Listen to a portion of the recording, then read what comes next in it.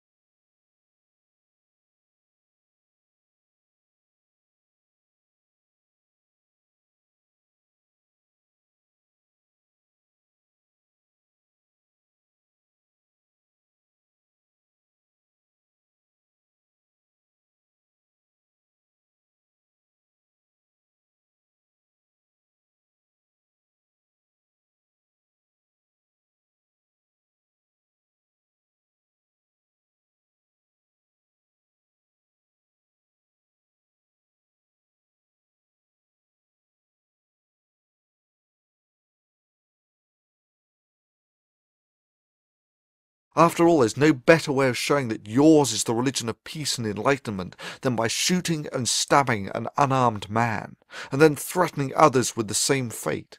And yet, of course, the criticism of the moderate Muslims was conspicuous only by its absence, and that really does speak volumes of their attitude to these acts.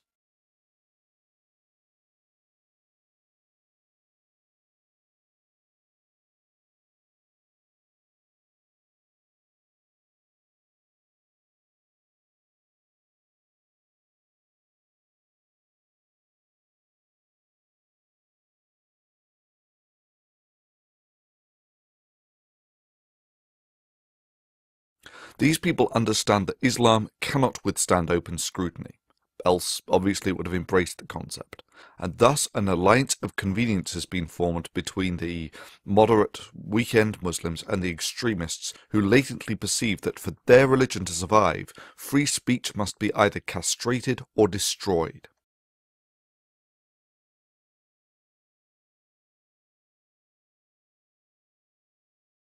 Indeed, Saudi Arabia is maybe a archetypal example of what Islam has to offer. It's a mainstream Islamic country governed by Muslims who believe in the application of Sharia.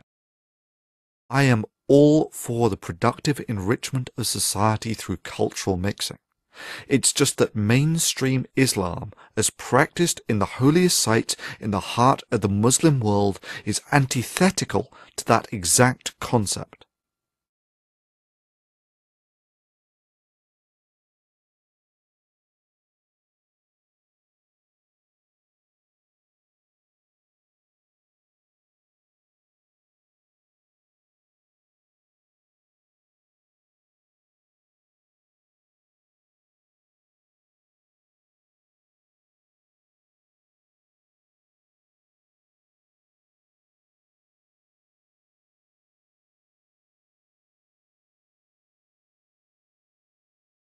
I think that a lot of the so-called moderates that would never blow up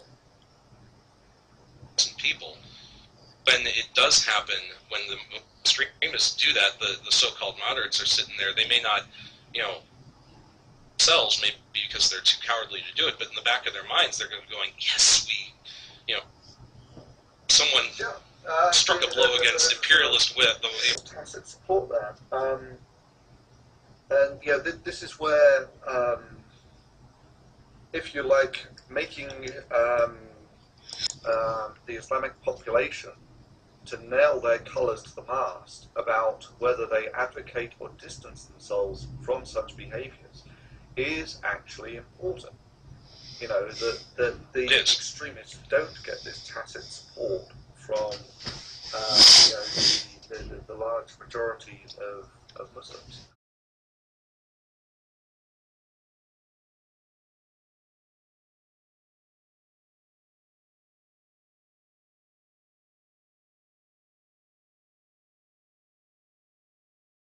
Yeah, and the very fact that Ali himself said, according to the mandates in the Quran and the Sharia, that he would have, it was a mandate of justice that he kill you, as far as I'm concerned, by citing the Sharia and upholding the Sharia law, he is himself an extremist. And I would probably agree with you on that.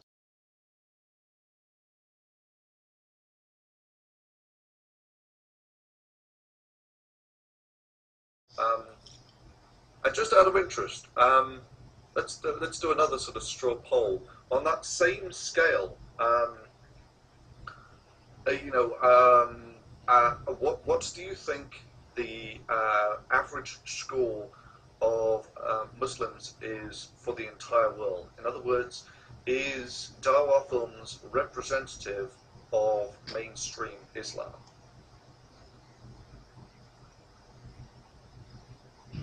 I don't really think he is. I think he's a little bit. I mean, just the fact that he's a content creator and preaching it. Yeah, but I would have said that you know, the majority of Muslims in the world take their religion fairly seriously, probably more seriously than DawahFilms.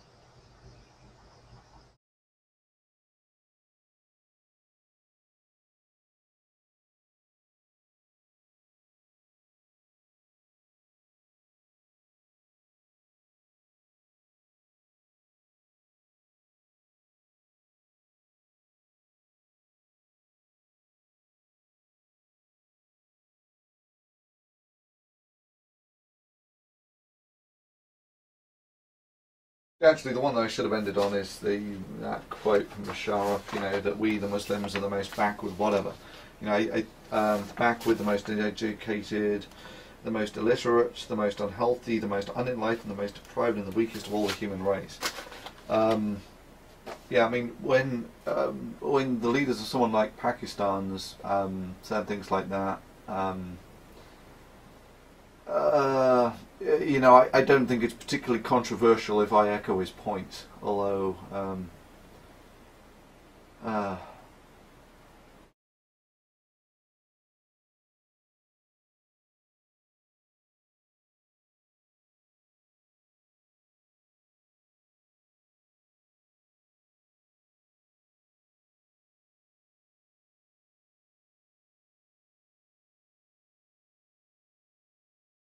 however, the Enlightenment did not just raise the standard of living, it did more than deliver us clean water, the eradication of smallpox and the PlayStation.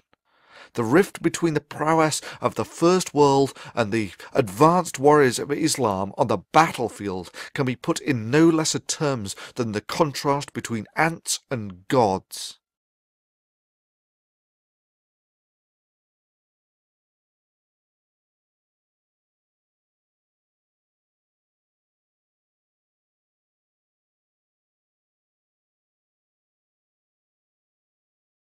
Those of us who have lived in the age of reason understand that with great power comes great responsibility, and that the power of the age of reason must never be allowed to fall into the hands of those from the age of religion.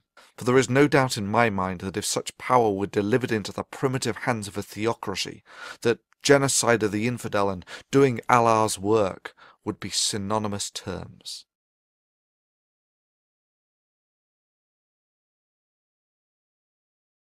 That genocide of the infidel and doing Allah's work would be synonymous terms.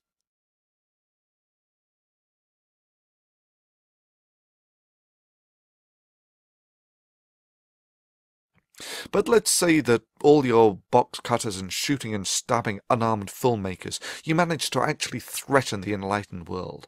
And I mean threatened beyond crashing a few airliners.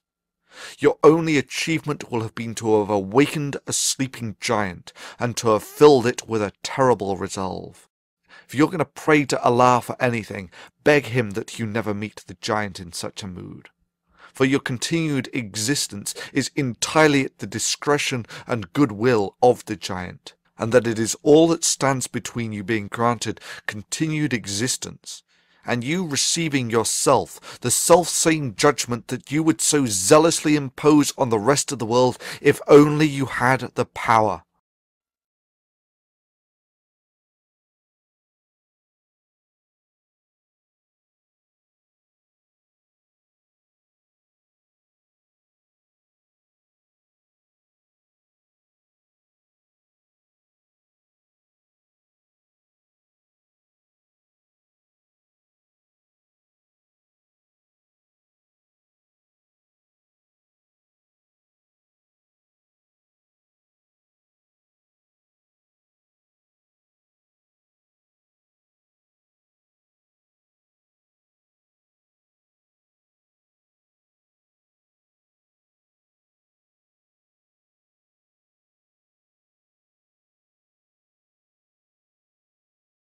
All that stands between you being granted continued existence, and you receiving yourself the self-same judgment that you would so zealously impose on the rest of the world if only you had the power.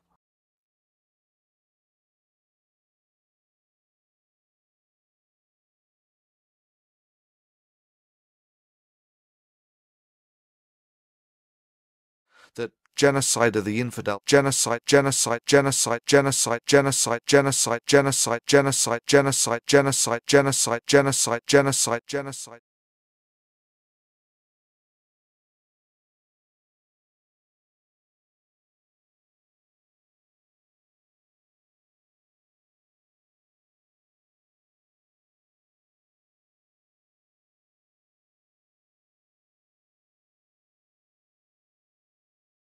But I can speak for myself, and to those who live in the age of religion I say this. This is the blasphemy that you find so offensive. This is the Prophet Muhammad depicted as a squirrel in slow motion. I did this. Your move. Do your worst, for even your worst will serve as nothing but a catalyst to strengthen the walls of the age of reason, to awaken the giant. Even if you strike your hardest blow, its operationally insignificant effects will simply make us more powerful than your dark age minds can fathom.